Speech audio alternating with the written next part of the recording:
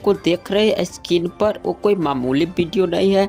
इसमें देखिए दबंग स्टार खेसारी लाल यादव जी और अखिलेश कश्यप जी और उनके सारे टीम है किस तरह से इस गाना पे आने। दबंग स्टार खेसारी लाल यादव जी का जो एक दिन पहले गाना रिलीज हुआ था, जिस गाना का टाइटल है पढ़े आओ पटना, काफ़ी गाना हिट हुआ था और ये गाना को रिलीज किया गया था एक दिन पहले speed record Bhojpuri YouTube channel के माध्यम से।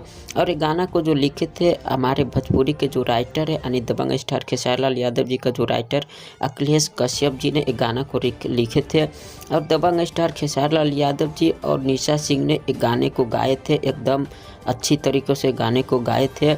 और देखिए इसी गाने पे किस तरीक़े से वीडियो बना रहे हैं दबंग स्टार खेसारी लाल यादव जी और उनके सारे टीम हैं और इसमें राइटर अखिलेश कश्यप जी भी है इसमें, और किस तरीके से वीडियो बना रहे हैं। दोस्तों आप लोग को अखिलेश कश्यप जी और दबंग स्टार खेसारी लाल यादव जी का रील्स वीडियो कैसा लगा नीचे पे कमेंट करके ज़रूर बताइएगा।